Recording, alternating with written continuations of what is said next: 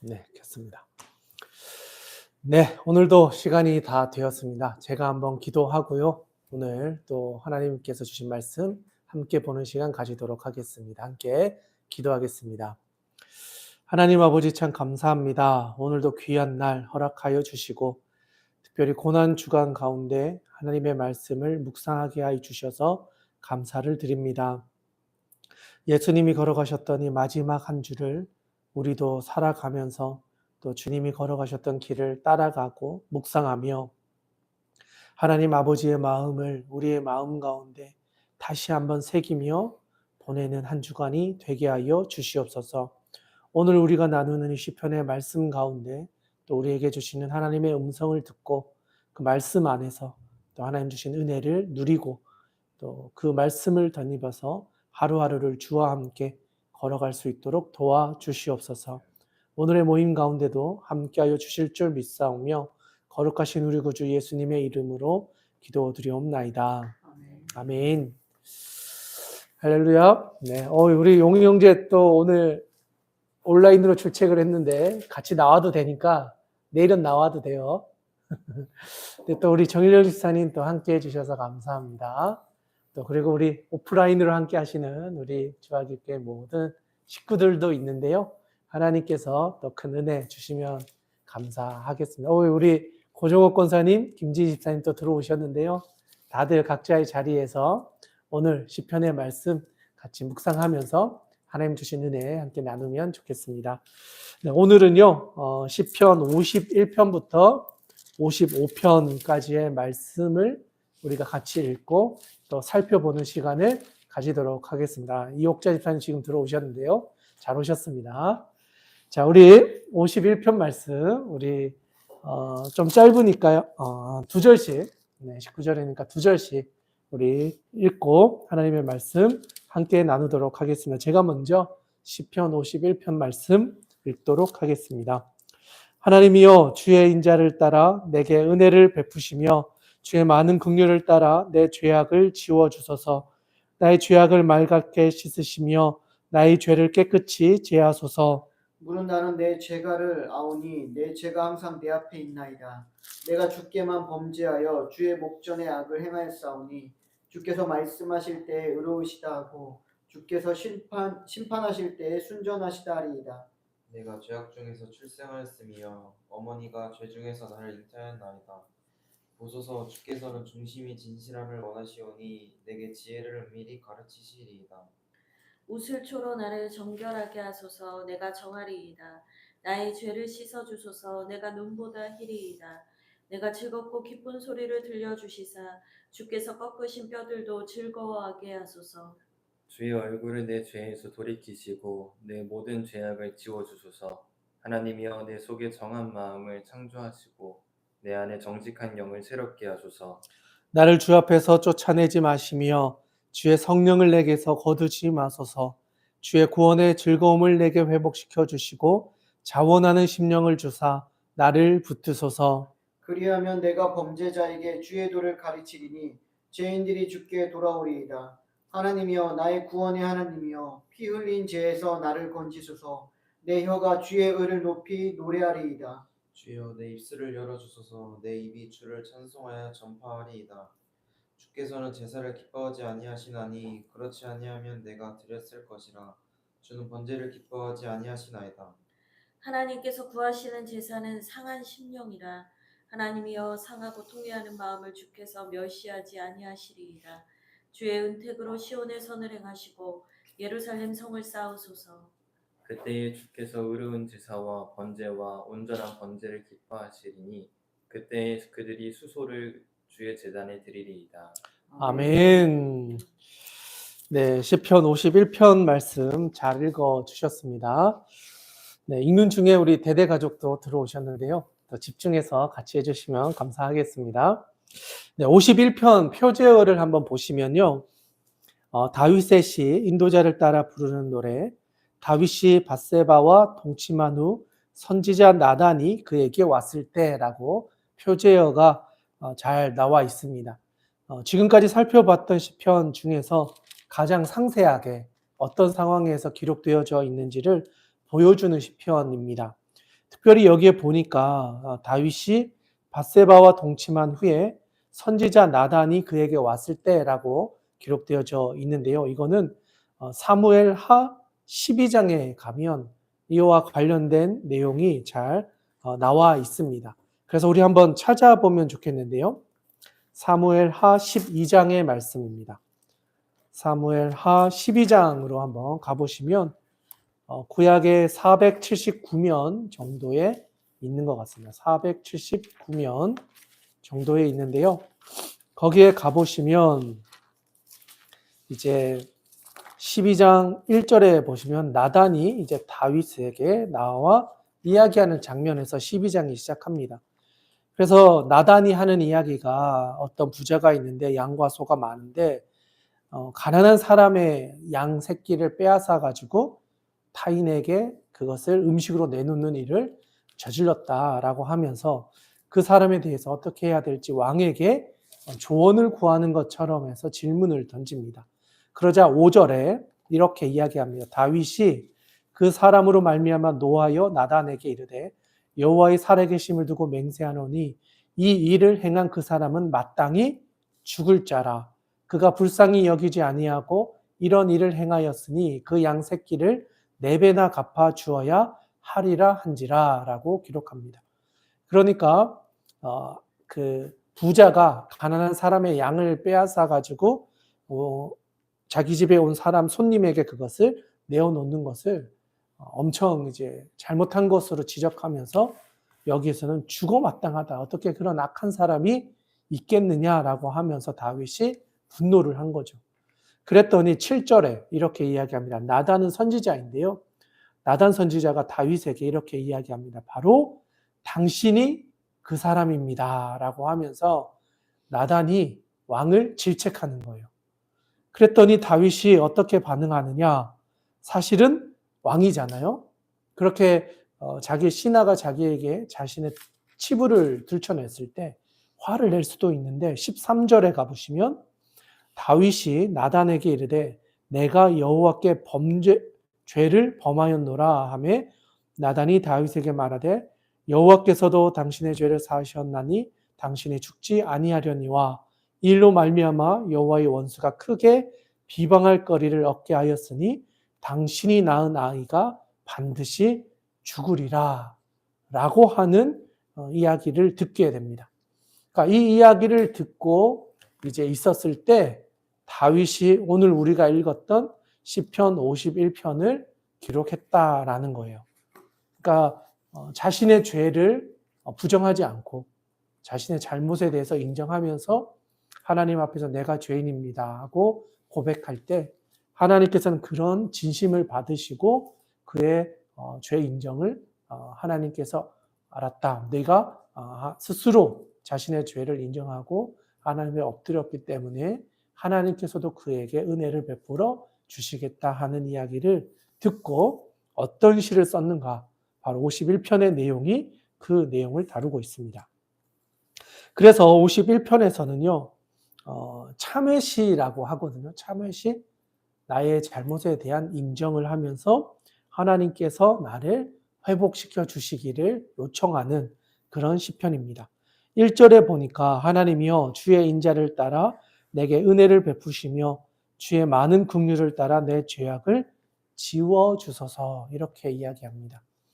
다윗이 왕이었지만 자신의 잘못을 인정하고 하나님 앞에서 회개하는 모습이 등장하고 있다는 거죠.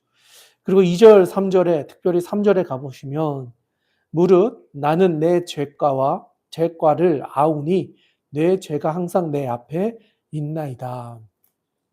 그러니까 다윗이 자신의 죄를 숨기지 않았다라는 거예요. 하나님 앞에서 내 죄를 고백했고 이 죄가 내 앞에 있다는 것도 인정합니다. 라고 합니다. 그리고 4절에 보면 내가 주께만 범죄하여 주의 목전에 악을 행하였사오니 주께서 말씀하실 때에 의로우시다 하고 주께서 심판하실 때에 순전하시다 하리이다. 하나님의 그 심판과 하나님께서 주시는 그 어떤 죄의 결과에 대한 것도 제가 다 받아들이겠습니다. 나의 죄로 인하여 일어나는 일들을 하나님의 공의 안에서 진행하셨습니다. 하나님이 온전히 행하셨습니다 하고 이제 고백을 하고 있다는 거죠. 그리고 나서 7절에 가보니까 다윗이 요청을 합니다. 어떤 요청을 하는가? 우슬초로 나를 정결하게 하소서.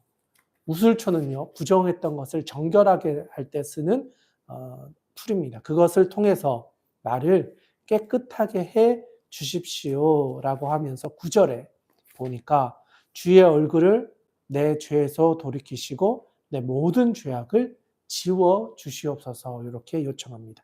그리고 나서 아주 중요한 고백을 합니다. 10절, 11절, 12절. 이거는 빨간 줄로 긋고 같이 보시면 좋겠는데요. 10, 11, 12절은 찬양으로도 많이 들려지는 부분인데요.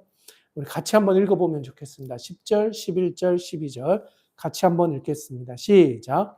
하나님이여 내 속에 정한 마음을 창조하시고 내 안에 정직한 영을 새롭게 하소서. 나를 주 앞에서 쫓아내지 마시고 주의 성령을 내게서 거두지 마소서. 주의 구원의 즐거움을 내게 회복시켜 주시고 자원하는 심령을 주사 나를 붙드소서. 아멘. 네, 다윗의 어떻게 보면 51편에서 가장 중요한 구절, 바로 10절, 11절, 12절이라고 할 수 있겠는데요. 그 중에서도 10절에 보면 하나님이여 내 속에 정한 마음을 창조하시고 내 안에 정직한 영을 새롭게 해 주십시오. 그러니까 다윗이 자기가 자신을 깨끗하게 할 수 없음을 알고 하나님께서 내 안에 있는 것을 바꾸어 주시는데 그냥 바꾸는 정도가 아니라 창조하시는 능력으로 나를 새롭게 해달라는 거예요. 우리의 힘으로는 할 수 없지만 하나님께서 창조자이셨던 그 능력으로 내 마음을 완전히 새롭게 바꾸어 주십시오. 그리고 정직한 영을 새롭게 내 영을 바꾸어 주시옵소서. 그리고 주의 성령을 내게서 거두어 가지 마십시오.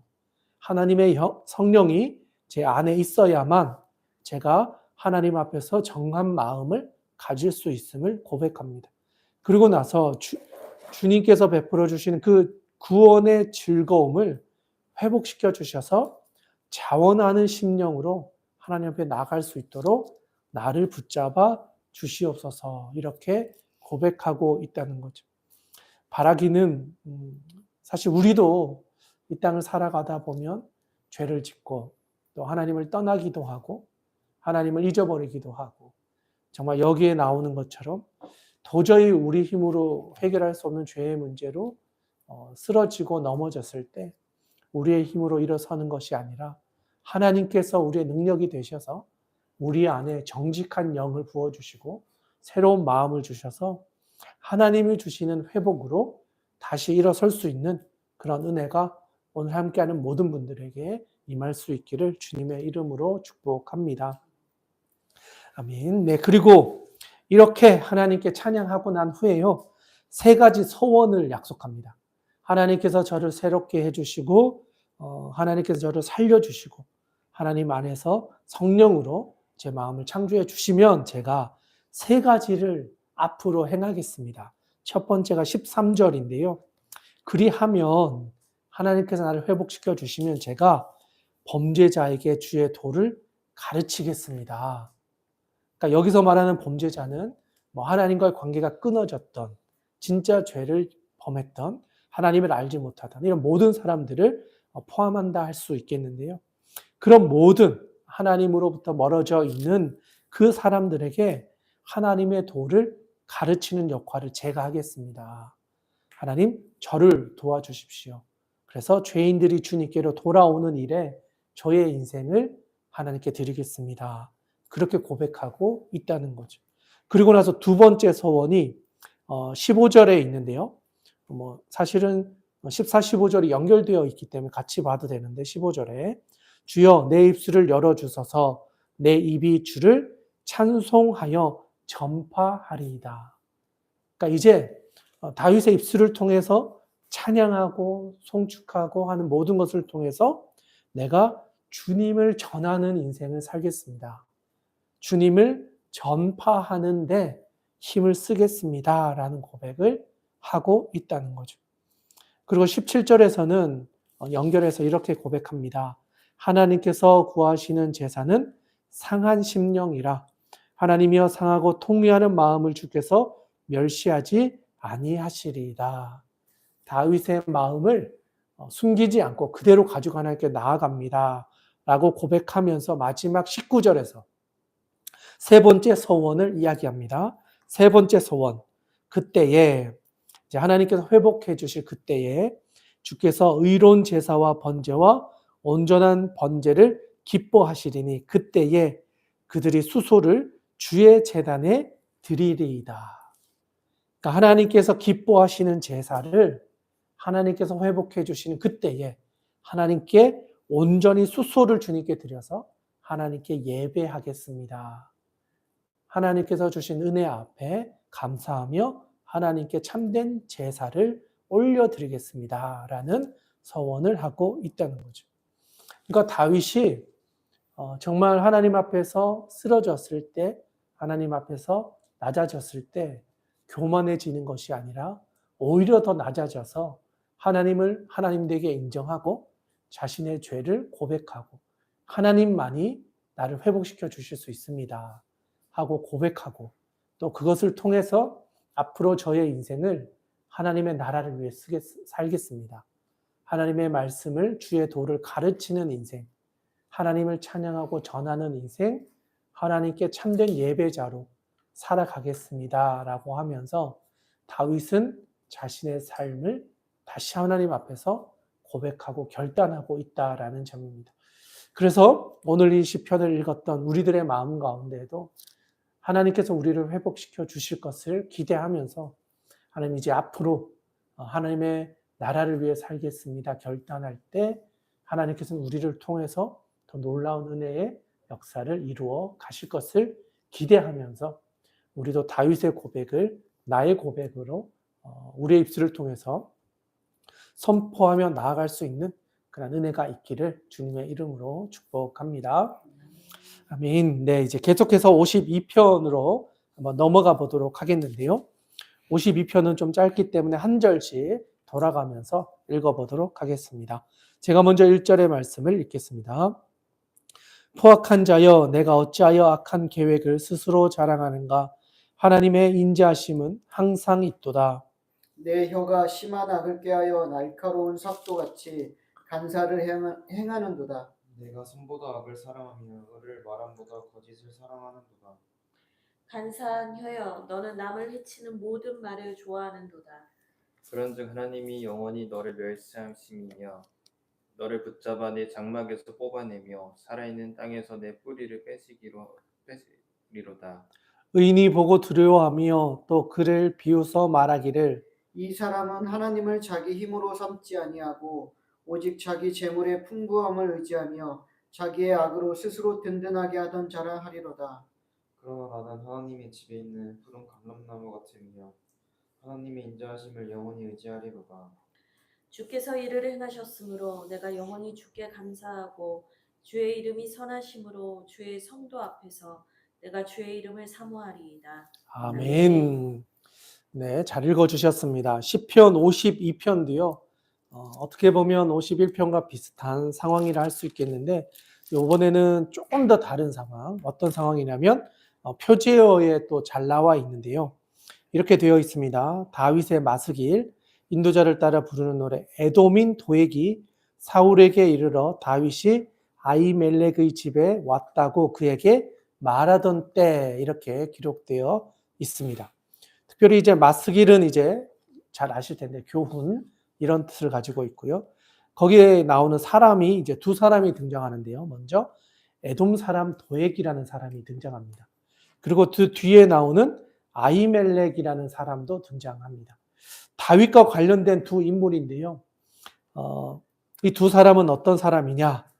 이것도 우리 사무엘상 22장에 가면 이와 관련된 본문이 등장하고 있는데요. 사무엘상 22장으로 한번 넘어가 보도록 하겠습니다.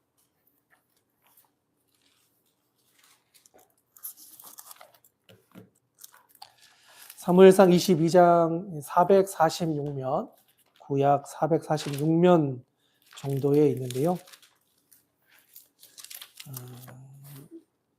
22장 9절 한번 가보시면 22장 9절에 그때에 에돔 사람 도액이 사울의 신하 중에 섰더니 대답하여 이르되 이새의 아들이 노베 와서 아이두베 아들 아히멜렉에게 이른 것을 내가 보았는데 아히멜렉이 그를 위하여 여호와께 묻고 그에게 음식도 주고 블레셋 사람 골리앗의 칼도 주더이다. 이렇게 기록되어 있습니다.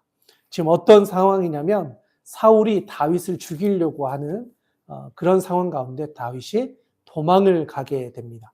그래서 여러 지역으로 도망을 가던 중에 이제 아히멜렉이 살고 있는 지역으로 도망을 갔던 것입니다. 그런데 그 도망을 갔던 그 아히멜렉에 살고 있는 그 지역에 사울의 목자장이라고 불려졌던 도액이라는 사람이 마침 또 그곳에 와 있었던 거예요. 그러니까 이 도액은 사울의 편에 서 있었던 사람이었기 때문에 다윗을 죽이려고 하는 사울 왕의 의도를 알았기 때문에 이 사실을 사울에게 알린 거죠. 그러다 보니까 다윗이 이제 사울이 이제 그 소식을 듣고 이제는 이 사울과 다윗과 함께 했던 사람들을 또 이렇게 찾아오게 되는 거예요. 잡으러 오는 거죠. 그런 중에 이제 11절에 한번 보시면 왕이 사람을 보내어 아히두베 아들 제사장 아히멜렉과 그의 아버지의 온 집 곧 노베에 있는 제사장들을 부르매 그들이 다 왕께 이른지라. 그러니까 왕이 이제는 이제 다윗을 잡기 위해 아히멜렉이 있는 그 노비라는 지역까지 오게 된 거죠. 그리고 나서 이제 막 이런저런 걸 알아보니까 도와줬다는 것을 확인하게 되고 그것에 대한 이제 벌을 이제 내리게 되는 겁니다. 그래서 18절에 가보시면 18절에 왕이 도액에게 이르되 너는 돌아가서 제사장들을 죽이라 하매 에돔 사람 도액이 돌아가서 제사장들을 쳐서 그날에 세마포 에봇 입은 자 85명을 죽였고 제사장들의 성읍 노베 남녀와 아이들과 젖 먹는 자들과 소와 나귀와 양을 칼로 쳐 죽였더라. 이렇게 기록되어 있습니다. 그러니까 도액은 사울의 목자장으로서 다윗을 도와주었던 아히멜렉과 제사장 85명을 죽이는 일에 앞장섰던 어떻게 보면 나쁜 사람이라고 할 수 있는 것이죠. 그런 상황에서 오늘의 시편이 기록되어졌다라는 겁니다. 그래서 52편에 에돔 사람 도액이 사울에게 이르러 다윗이 아히멜렉의 집에 왔다고 그에게 말하던 때에라고 하는 것이 이러한 상황 속에서 기록되어진 시편이다라는 것을 말해줍니다. 한번 내용을 한번 들어가 보겠는데요. 1절에 보니까 포악한 자여 내가 어찌하여 악한 계획을 스스로 자랑하는가. 그러니까 이 사람이 결국 도액을 이야기한다는 거죠.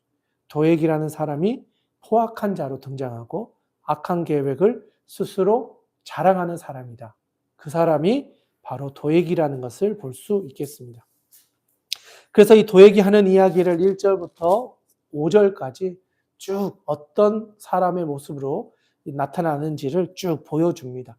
그리고 나서 이제 6절부터는 그것을 당하고 있는 다윗과 아히멜렉에 대한 의인에 대한 입장에서 하나님이 도와주실 것을 고백하고 있는 모습으로 새로운 분위기로 바뀌어집니다. 6절에 보시면 의인이 보고 두려워하며 또 그를 비웃어 말하기를, 그러니까 여기서 말하는 의인은 다윗이라고 한다면 이제 비웃는 대상은 도액이라고 할 수 있겠죠. 그러니까 도액이라는 사람은 7절에 이 사람은 하나님을 자기 힘으로 삼지 아니하고 오직 자기 재물의 풍부함을 의지하며 자기의 악으로 스스로 든든하게 하던 자라 하리로다. 이렇게 이야기를 한다는 거죠. 도액에 대하여 평가를 한 것입니다. 그러나 8절에 보니까 그러나 나는 하나님의 집에 있는 푸른 감람나무 같으며 하나님의 인자하심을 영원히 의지하리로다. 주께서 이를 행하셨으므로 내가 영원히 주께 감사하고 주의 이름이 선하심으로 주의 성도 앞에서 내가 주의 이름을 사모하리이다. 아멘. 하나님께서 이 도액을 분명히 심판해 주실 것이다 라고 이제 다윗은 고백하고 있다는 것이죠. 하나님께서 이 사람을 심판해 주시고 치셔서 하나님의 심판이 그에게 있도록 하나님 저를 붙잡아 주시고 하나님의 공의를 인자하심을 우리의 삶에 나타내어 주시옵소서 이렇게 노래하고 있다 할 수 있겠습니다. 그리고 8절에 보시면 나는 하나님의 집에 있는 푸른 감람나무 같으며 하나님의 인자하심을 영원히 의지하리로다 라고 고백합니다. 푸른 감람나무는요, 풍성함, 하나님이 주신 것이 가득함을 상징하는 겁니다. 하나님의 집에 있는 그 풍부함과 풍성함과 그 넘치는 은혜가 하나님의 그 집에 있는 것이 나에게 있는 것과 같이 하나님께서 그 인자심을 내가 영원히 의지하며 살아가겠습니다 라고 하면서 이 도액의 나쁜 일들에 대해서 본인이 도액을 죽이는 것이 아니라 하나님의 심판을, 공의를, 하나님의 의지를, 인자를 요청하고 있다 할 수 있겠습니다. 네, 그렇게 해서 52편의 내용이 마무리되고 있습니다. 네, 오늘 우리가 살펴보는 51편에서 55편에는요, 이 시편과 관련된 배경이 되는 역사적 사건들이 성경에 다 거의 기록되어 있습니다. 그래서 본문과 시편의 내용을 계속 찾아볼 텐데요. 계속해서 우리 53편으로 넘어가서 이 53편은 어떤 이야기를 기록하고 있는지 또 한번 살펴보도록 하겠습니다. 네, 53편 우리 한 절씩 또 읽어보도록 하겠습니다. 제가 먼저 1절을 읽겠습니다. 어리석은 자는 그의 마음에 이르기를 하나님이 없다 하도다. 그들은 부패하며 가증하나 악을 행하며 선을 행하는 자가 없도다. 하나님이 하늘에서 인생을 굽어 살피사 지각이 있는 자와 하나님을 찾는 자가 있는가 보려 하신즉 각기 물러가 함께 더러운 자가 되고 선을 행하는 자 없으니 한 사람도 없도다. 죄악을 행하는 자들은 무지하니야. 그들이 떡 먹듯이 내 백성을 먹으면서 하나님을 부르지 아니하는도다. 그들이 두려움이 없는 곳에서 크게 두려워하였으니 너를 대항하여 진친 그들의 뼈를 하나님이 흩으심이라. 하나님이 그들을 버리셨으므로 내가 그들에게 수치를 당하게 하였도다. 시온에서 이스라엘을 구원하여 줄 자 누구인가? 하나님이 자기 백성의 포로된 것을 돌이키실 때에 야곱이 즐거워하며 이스라엘이 기뻐하리로다. 아멘. 네, 53편인데요. 보니까 그 표제어에서 다윗의 마스길은 이제 교훈이라는 뜻이고요. 인도자를 따라 마할랏에 맞춘 노래라고 되어 있습니다. 마할랏은 이제 슬픔의 노래라는 의미를 가지고 있습니다. 그러니까 다윗의 교훈인데 슬픔의 노래로서 어떤 이야기를 하고 있는가를 살펴보는 시편이 될 수 있겠습니다. 그리고 53편은요. 시편 14편과 거의 유사한 형식과 내용을 다루고 있습니다. 한번 14편 한번 가보시면요. 14편으로 한번 가보겠습니다.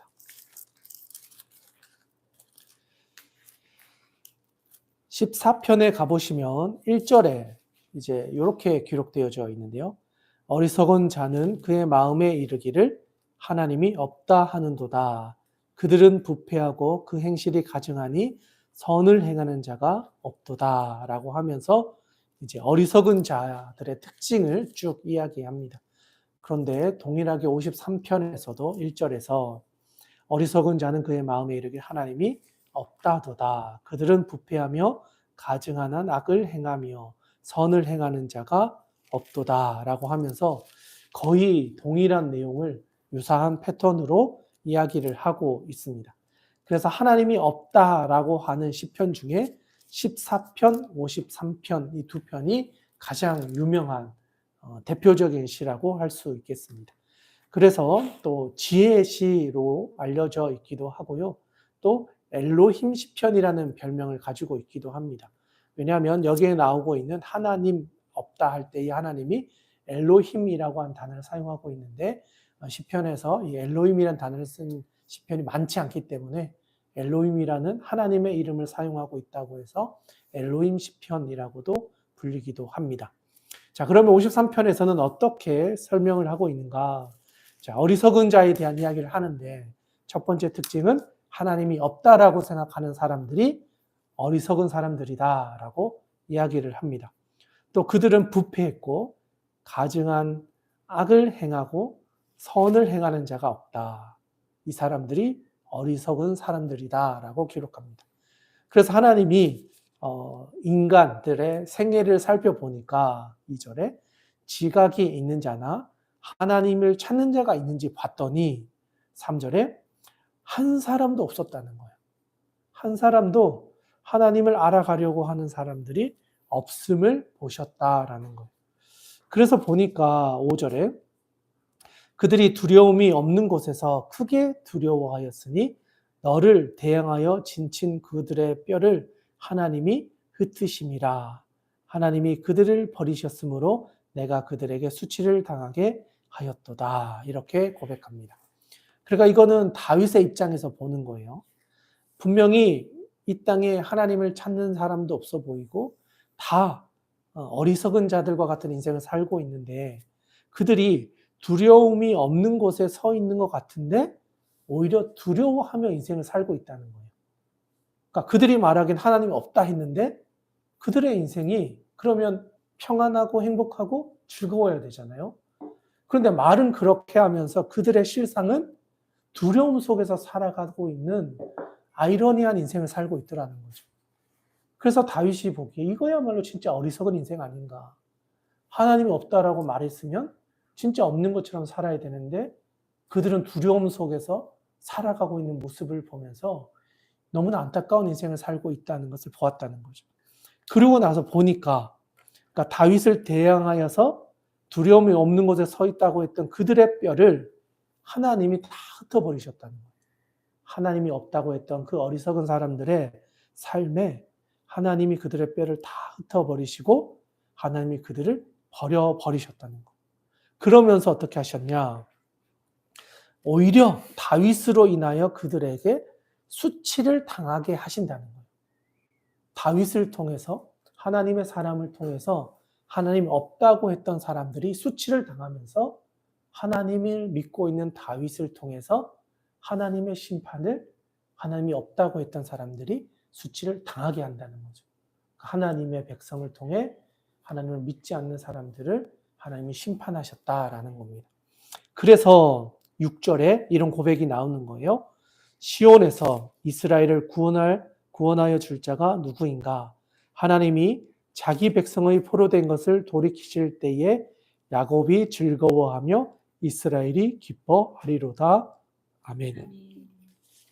하나님이 이스라엘 백성들을 그러니까 흩어놓으셨던 것처럼 보여졌지만 결국은 하나님이 그들을 통해서 오히려 이스라엘 백성들을 괴롭혔던 사람들을 심판하시고 하나님이 그들을 통해 포로된 것에 있어서 돌아오게 해주실 것이다.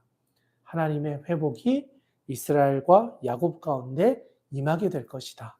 그래서 하나님이 자기 백성의 포로된 것을 돌이키실 때에 이들이 돌아올 때 이스라엘로 돌아올 때 야곱과 이스라엘 백성들이 기뻐하고 즐거워하면서 하나님이 살아계시는구나. 하나님이 없다고 했던 그들에게 하나님이 살아계신다는 것을 보여주면서 선포하는 일이 임하게 될 것이다. 라고 하는 고백을 다윗이 하고 있다는 거죠. 그래서 어리석은 자들에게 하나님이 없다 하지만 결국 너희들은 하나님의 역사를 보게 될 것이다. 그래서 하나님이 진짜 하나님이시고 살아계시다는 사실을 나를 통해 다윗의 삶을 통해 보게 될 것이다 라고 하는 찬양을 하고 있다는 것입니다. 네, 여기까지 하면 53편의 말씀을 다 살펴본 것 같고요. 이제 54편으로 한번 넘어가 보도록 하겠습니다. 54편 또 한 절씩 봉독하겠습니다. 먼저 제가 1절의 말씀 봉독하겠습니다. 하나님이여 주의 이름으로 나를 구원하시고 주의 힘으로 나를 변호하소서. 하나님이여 내 기도를 들으시며 내 입의 말에 귀를 기울이소서.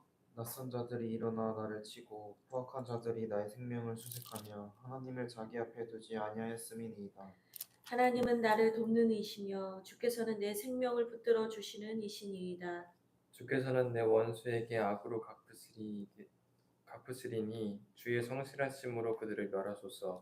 내가 낙헌제로 주께 제사하리이다. 여호와여 주의 이름에 감사하오리니 주의 이름이 선하심이니이다. 참으로 주께서는 모든 환난에서 나를 건지시고 내 원수가 보응받는 것을 내 눈이 똑똑히 보게 하셨나이다. 아멘.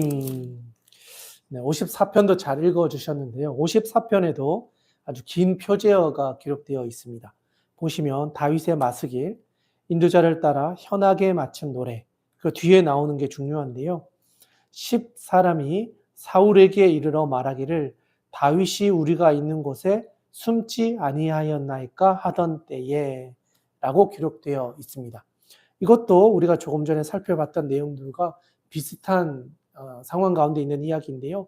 사무엘상 23장을 배경으로 하고 있습니다. 우리 사무엘상 23장으로 한번 가보도록 하겠습니다.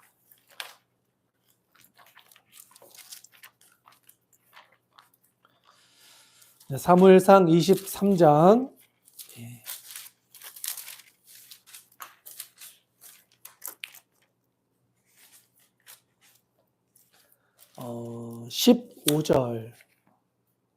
15절에 가보시면 한번 제가 읽어볼게요. 23장 15절에 다윗이 사울이 자기의 생명을 빼앗으려고 나온 것을 보았으므로 그가 십광야 수풀에 있더니 라고 합니다.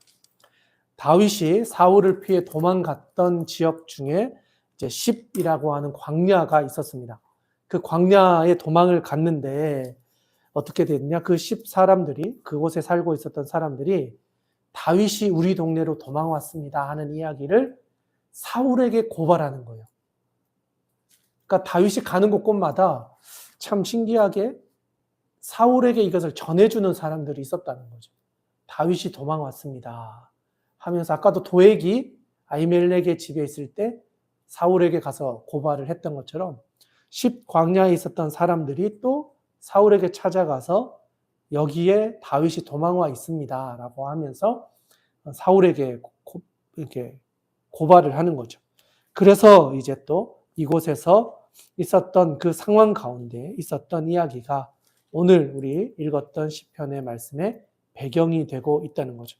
근데 여기 십광야에서 있었던 좀 중요한 이야기는요. 십광야에 있을 때 요나단이 다윗을 찾아옵니다. 그래서 어떤 이야기를 나누냐면 17절에 보면 다윗과 요나단은 거의 절친이잖아요. 요나단이 어떤 이야기까지 하고 갔냐면 이건 좀 한번 읽어보면 좋은데 17절에 요나단이 그에게 이르기를 두려워하지 말라. 내 아버지 사울의 손이 내게 미치지 못할 것이요 너는 이스라엘 왕이 되고 나는 내 다음이 될 것을 내 아버지 사울도 안다 하니라. 두 사람이 여호와 앞에서 언약하고 다윗은 수풀에 머물고 요나단은 자기 집으로 돌아가니라. 그때 10사람들이 기브아에 이르러 사울에게 나아가 사울이 여기 있습니다 라고 고발했다라는 것입니다. 다윗과 요나단은요 거의 절친입니다. 생명을 나누었던 사람이고요. 어려운 중에도 다윗을 어떻게든 도와주기 위해서 아버지 사울을 피해서 도망갈 수 있는 길을 누구보다도 앞장서서 내어주었던 사람입니다. 어떻게 보면 나의 왕좌까지도 다윗에게 물려줄 정도로 다윗을 존경했고 사랑했던 인물입니다. 그런데 이제 안타깝게도 나중에는 길보아 전투에서 죽으면서 이제 어떻게 보면 다윗과는 마지막 이별을 하게 되는데요. 어쨌든 이런 믿음의 친구가 있었다는 것이 다윗에게는 참 위로가 되었고요. 나중에 이런 과정들을 통해서 사울의 집을 선대했던 이유가 요나단 때문에 요나단이 나를 선대했기 때문에 나중에 사울의 자녀들, 후손들을 선대하면서 왕의 식탁에서 함께 식사할 수 있도록 의비모셋이라고 해서 요나단의 자녀를 왕과 같은 자리에 나와서 같이 식사하면서 존귀하게 섬겼던 것을 보여줍니다. 그런 상황 가운데 있었던 시편이 54편입니다. 자, 54편에 한번 가보겠습니다. 그러면 이제 이 10사람들이 어떤 이야기를 했는가, 또 어떤 상황이었는가, 1절에 보시면 하나님이여 주의 이름으로 나를 구원하시고 주의 힘으로 나를 변호하소서 이렇게 고백합니다. 그리고 3절에 보시면 낯선 자들이 일어나 나를 치고 포악한 자들이 나의 생명을 수색하며, 그러니까 우리 뭐 수색대 이런 표현 쓰잖아요. 군대 가면. 그러니까 누군가 잡기 위해서 숨어서 어떻게든 찾아내기 위해 따라오는 것이죠. 수색하며 하나님을 자기 앞에 두지 아니하였음이니라. 그러니까 사울의 왕의 이야기를, 그 명령을 따라 다윗을 죽이기 위해 이렇게 혈안이 되어 쫓아왔다라는 것을 보여줍니다. 그리고 나서 4절, 5절에 보시면 하나님은 나를 돕는 이시며 주께서는 내 생명을 붙들어 주시는 이시니이다. 주께서는 내 원수에게 악으로 갚으시리니 주의 성실하심으로 그들을 멸하소서. 다윗은 자기가 사울과 싸워서 대적하려고 하는 것이 아니라 하나님이 이것을 심판해 주십시오. 악을 행한 자에게는 하나님께서 그것을 갚아주시고 주의 성실하심으로 그들을 하나님께서 멸하여 주십시오라고 하나님께 탄원하고 있다. 그래서 사실 사울을 죽일 수 있는 기회도 여러 번 있었음에도 불구하고 그를 보내주고 오히려 하나님께서 세우신 왕을 내가 어떻게 죽이겠습니까 하면서 사울을 선대해서 보내주면서 하나님의 심판을 바라고 있었던 것을 봅니다. 그리고 6절에 좀 특이한 표현이 나오는데요. 내가 낙헌제로 주께 제사하리이다. 이렇게 나와 있는데요.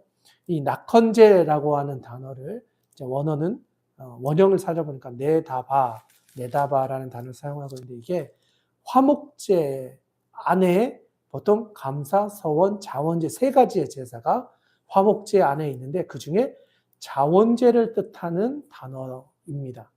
그러니까 화목제는 모두가 평안하고 화목하게 되기 위해서 드리는 제사인데 세 가지 방법이 있어요. 감사할 때, 서원을 드릴 때, 그리고 내가 하나님께 정말 드리고 자원할 때, 근데 그 중에 자원해서 하나님께 드리는 화목제사, 내가 하나님께 드리겠습니다 하는 그때 드리는 제사를 바로 지금 사용하고 있다는 거죠. 내가 하나님께 자원하여 드리는 화목제사를 하나님께 올려 드리겠습니다. 왜? 여호와여 주의 이름이 감사하오리니 주의 이름이 선하십니다. 하나님이 선하시기 때문에 이 선하심을 내가 기뻐하면서 하나님께 자원제사를 드립니다. 또 7절에 참으로 주께서는 모든 환난에서 나를 건지시고 내 원수가 보응받는 것을 내 눈이 똑똑히 보게 하셨나이다. 그러니까 하나님께서 공의를 통해서 나의 억울함을 갚아주시는 것을 내가 내 눈으로 다 보았기 때문에 하나님의 은혜 앞에 감사하여서 자원제를 올려드립니다. 라고 고백을 하고 있다는 것입니다. 그래서 10사람들은 다윗을 죽이려고 사울에게 고발했지만 하나님은 그 상황을 역전시키셔서 오히려 하나님이 그들을 지켜주시고 하나님의 보응을 보게 해주시는 것을 통해서 하나님이 진짜 나의 기도를 들으시는구나. 다윗을 통해서 하나님이 역사하셨던 것을 우리에게 보여주고 있다 할 수 있겠습니다.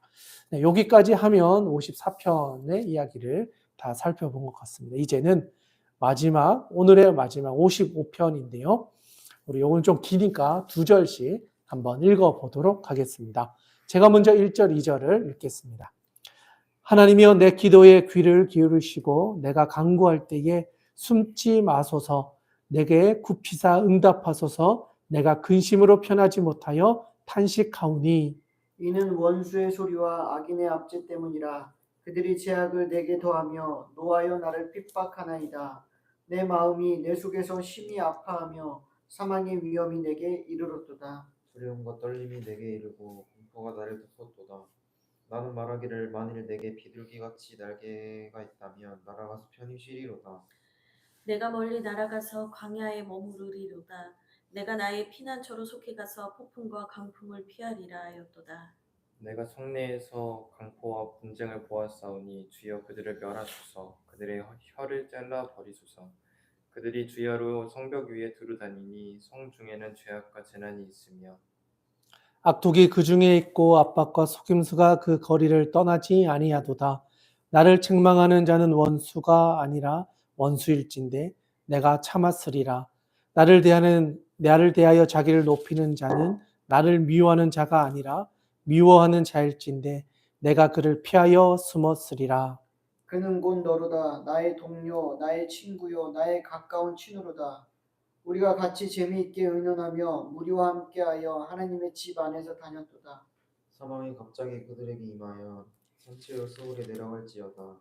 이는 악독이 그들의 거처에 있고 그들 가운데 있음이로다. 나는 하나님께 부르짖으리니 여호와께서 나를 구원하시리로다. 저녁과 아침과 정오에 내가 근심하여 탄식하리니 여호와께서 내 소리를 들으시리로다. 나를 대적하는 자 많더니 나를 치는 전쟁에서 그가 내 생명을 구원하사 평안하게 하셨도다. 예, 붙어 계시는 하나님이 들으시고 그들을 낮추시리이다. 그들은 변하지 아니하며 하나님을 경외하지 아니함이니이다. 그는 손을 들어 자기와 화목한 자를 치고 그의 언약을 배반하였도다.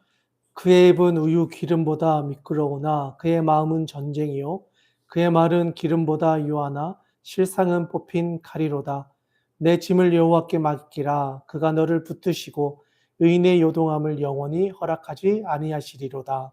하나님이여 주께서 그들로 파멸의 운동에 빠지게 하시리이다. 피를 흘리게 하며 속이는 자들은 그들의 날에 반도 살지 못할 것이나 나는 주를 의지하리이다. 아멘. 네, 잘 읽어주셨습니다. 시편 55편인데요. 여기서도 동일하게 다윗의 마스길이라고 되어 있습니다. 또 인도자를 따라 현악에 맞춘 노래라고 되어 있습니다. 그리고 시편 55편은요. 그 아히도벨이라고 하는 다윗의 모사였던 사람과 관련된 시편으로도 알려져 있습니다. 아히도벨이라고 하는 사람은 처음에는 이제 다윗의 편에 서 있었는데 나중에 아들 압살롬이 반역할 때 압살롬과 함께 다윗을 반역에 동참해서 다윗을 대적했던 사람입니다. 그리고 또 참 그 뒤에 이제 뒤의 역사를 살펴보면은 이 아히도벨은 밧세바의 할아버지였던 것으로 보여집니다.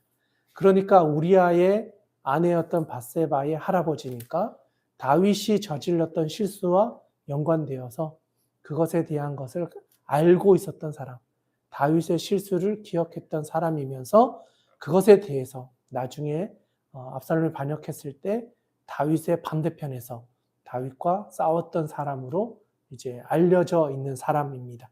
우리 같이 한번 살펴보면 좋겠는데요. 사무엘하 15장인데요. 사무엘하 15장.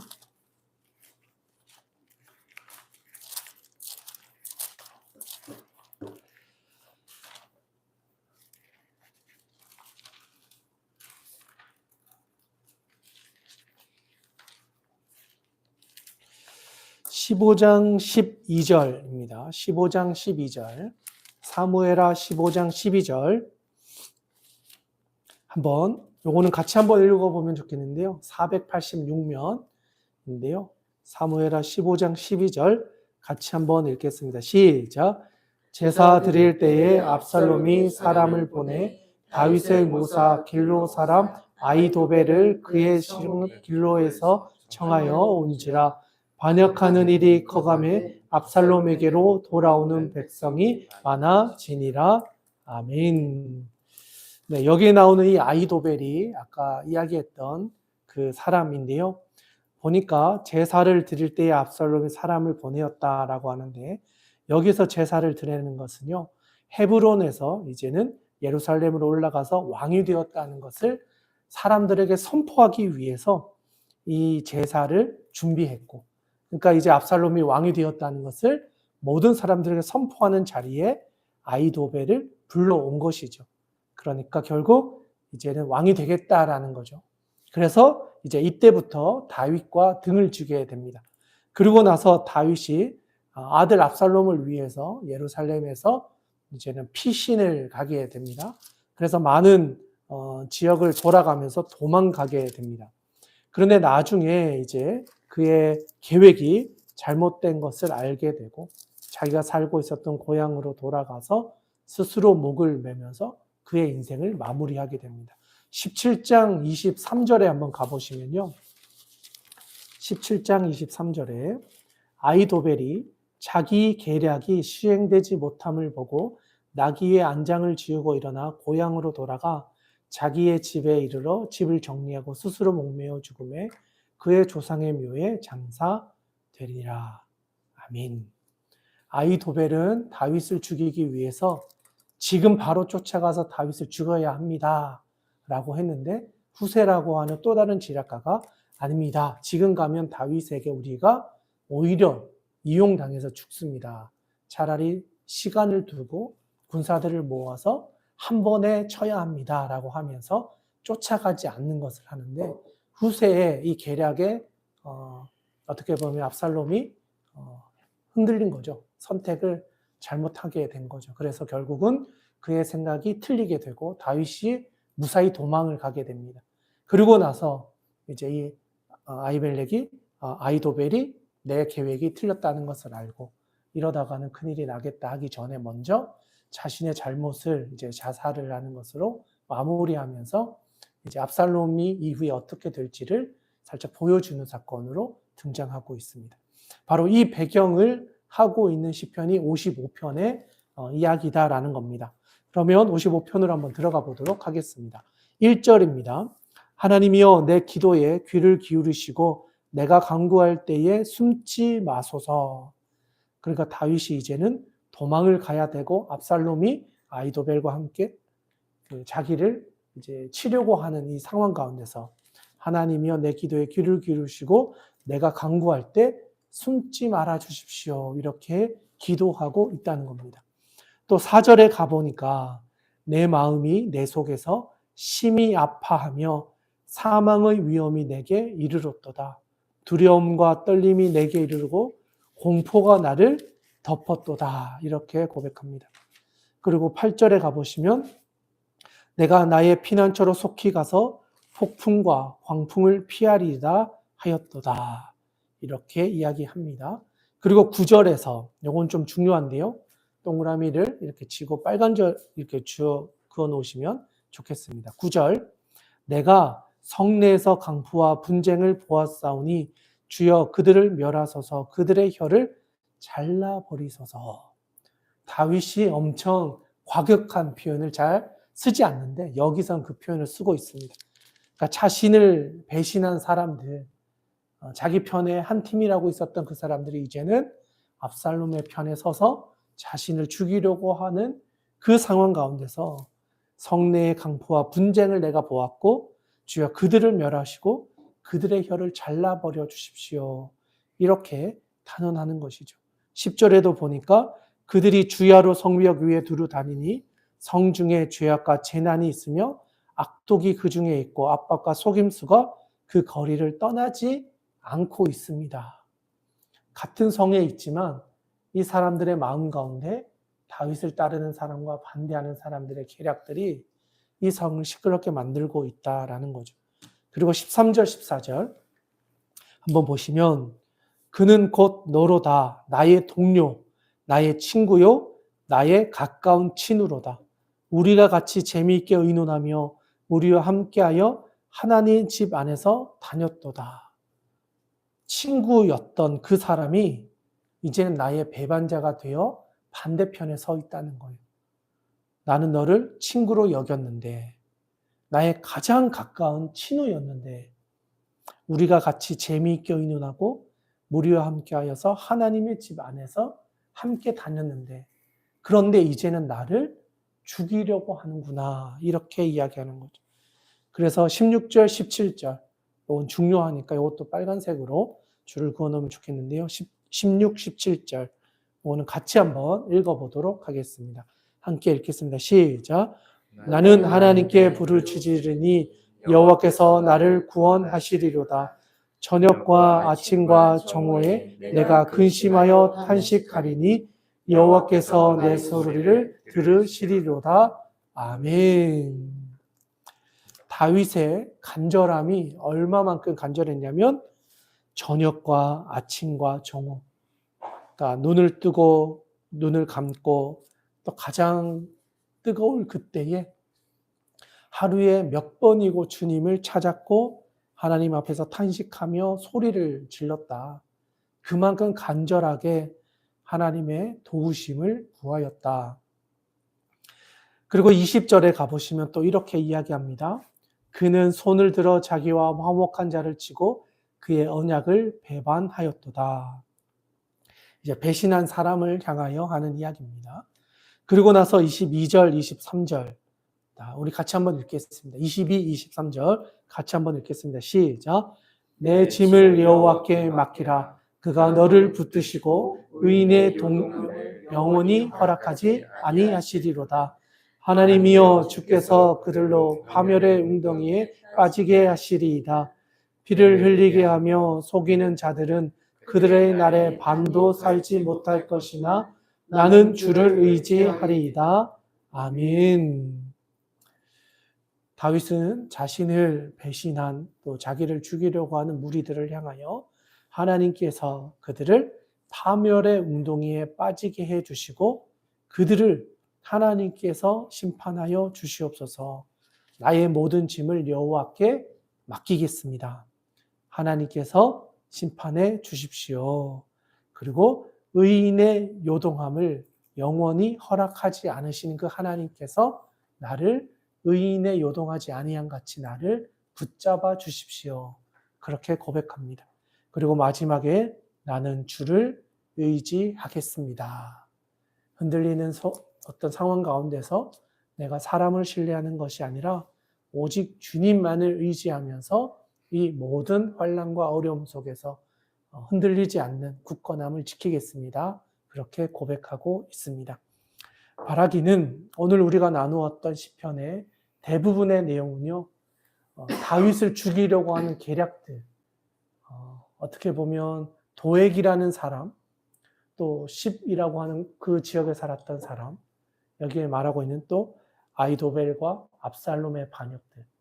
어쩌면 다윗에게는 가장 사랑했던 사람들이고 신뢰했던 사람들이고 고난의 자리에 함께했던 사람들이었는데 오히려 그들이 다윗을 더 어려운 상황으로 몰아넣을 때 다윗은 그럼에도 불구하고 하나님을 붙잡고 하나님께서 자신을 지켜주실 것을 아침과 저녁과 정오에 계속해서 불렀다라는 사실을 보았습니다. 우리도 우리가 살아가는 삶의 자리에서 일어나는 많은 일들, 예상치 못한 위험들, 사고들, 또 우리를 공격하려고 하는 그 사탄의 여러 가지 계략들 앞에서 우리가 하나님을 붙잡고 서 있을 때 우리는 흔들리지 않을 수 있습니다. 환경을 보고 상황을 보고 사람을 보면 우리의 시선이 계속 흔들려서 하나님을 주목하지 못하게 하지만 우리를 구원해 주시는 오직 하나님 한 분밖에 없다는 사실을 기억하고 주님께 나아갈 때 하나님께서는 우리를 다윗을 지켜주셨던 그 하나님께서 우리도 지켜주실 줄로 믿습니다. 오늘 우리가 나누었던 모든 말씀들 기억하면서 오늘의 삶 가운데 우리의 구원자가 되어주시는 그 주님을 신뢰하면서 우리의 마음 가운데 결단하며 나아갈 때 하나님께서는 우리에게 동일한 승리를 허락하여 주실 줄 믿습니다.